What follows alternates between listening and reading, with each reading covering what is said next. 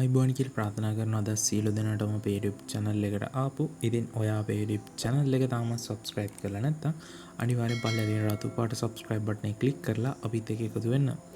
ඉතින් අද අපි කතා කරන්න සූදානම් වෙන්නේ රත්තරන් මිල පිළිබඳව. මේ සම්බන්ධව වැඩි වශයෙන් අවධානය යොමු වුණේ පහුගිය දින කිහිපයේදී රත්තරන් පවුමක මිල රුපියල් ලක්ෂය ඉක්මවා යාමත් එක්කම. ඉතින් ඇයි මේ රත්තරන් මිල ඉහළ ගියේ? ඒ වගේම රත්තරන් වල ආයෝජනය කොපමණ දුරට සාර්ථකද කියලාත් අපි අද කතා කරනවා. ඉතින් වැඩි කතා නැතුව අපි දැන් යන් වීඩියෝ එකට.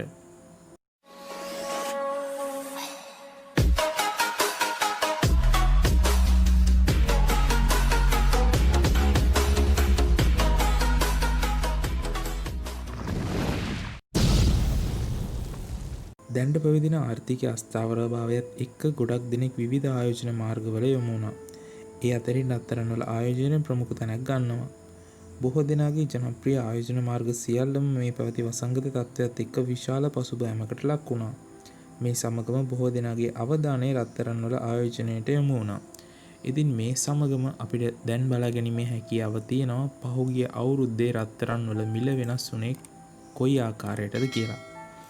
ඉතින් මෙන්න මෙතන තියෙන්නේ රත්තරන් වල මිල රුපියල් එක්ක සාපේක්ෂව බැලුවාම කොයි වගේ ප්‍රමාණයකින්ද ඉහළ ගියේ කියලා මෙන්න මේ ප්‍රස්ථාරයත් එක්ක ඔබට බලා ගැනීමේ හැකියාව තියෙනවා. ඉතින් මෙතන රත්තරන් අවුන්සයක මිල තමයි සඳහන් වෙන්නේ. ඉතින්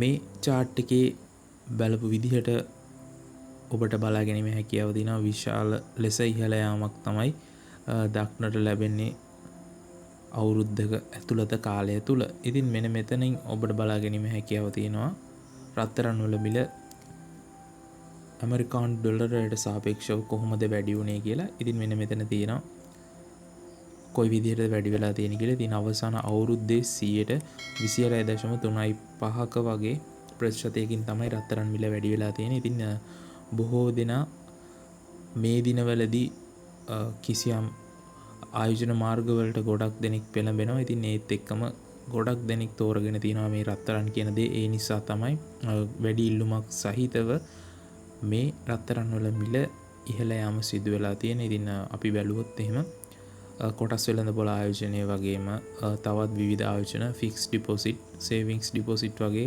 ආයෝජන ක්‍රම වලට ගොඩක් දෙනෙක් ඒ දවස්වල යොමු වෙලා හිටියට දැන් ලැබෙන ප්‍රතිලාභය ගොඩක් අඩු නිසා විවිධ ආයෝජන මාර්ග වලට පෙළඹීම සිදු වෙනවා. ඉතින් මේ දවස්වලදී ඉතින් අවසාන අවුරුදු 20 දී අපි බැලුවොත් මෙතන 540කින් වැඩි වෙලා තියෙනවා.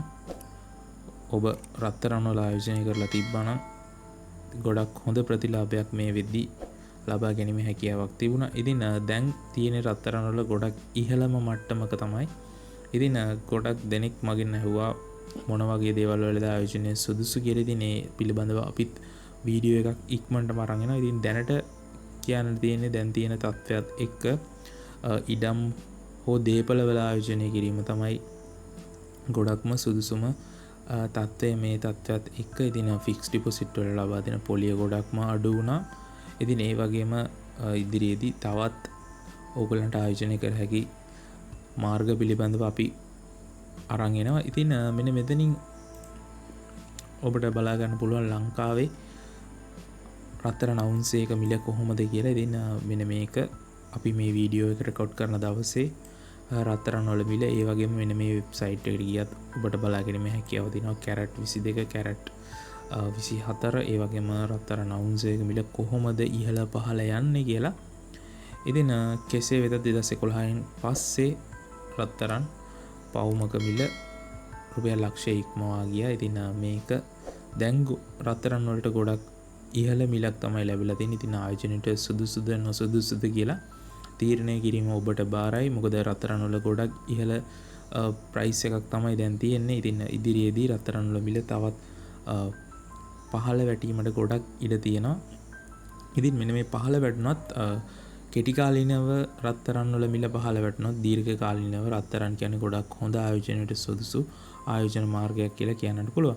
ඉතින් මේ ගැන ගොඩක් දෙනෙක් වීඩියෝ එකක් ඉල්ලලා තිබ්බ නිසා තමයි අද අපි මේ වීඩියෝ එක කළේ. ඉතින් මේ වීඩියෝ එක තවත් නොදන්න කෙනෙක්ට දැනගන්න අනිවාර්යයෙන්ම ෂෙයා කරන්න. මේ වීඩියෝ එක කැමති නම් කමෙන්ට් කරන්න. ඉතින් ඒ වගේම වීඩියෝ එක ලයික් කරන්න.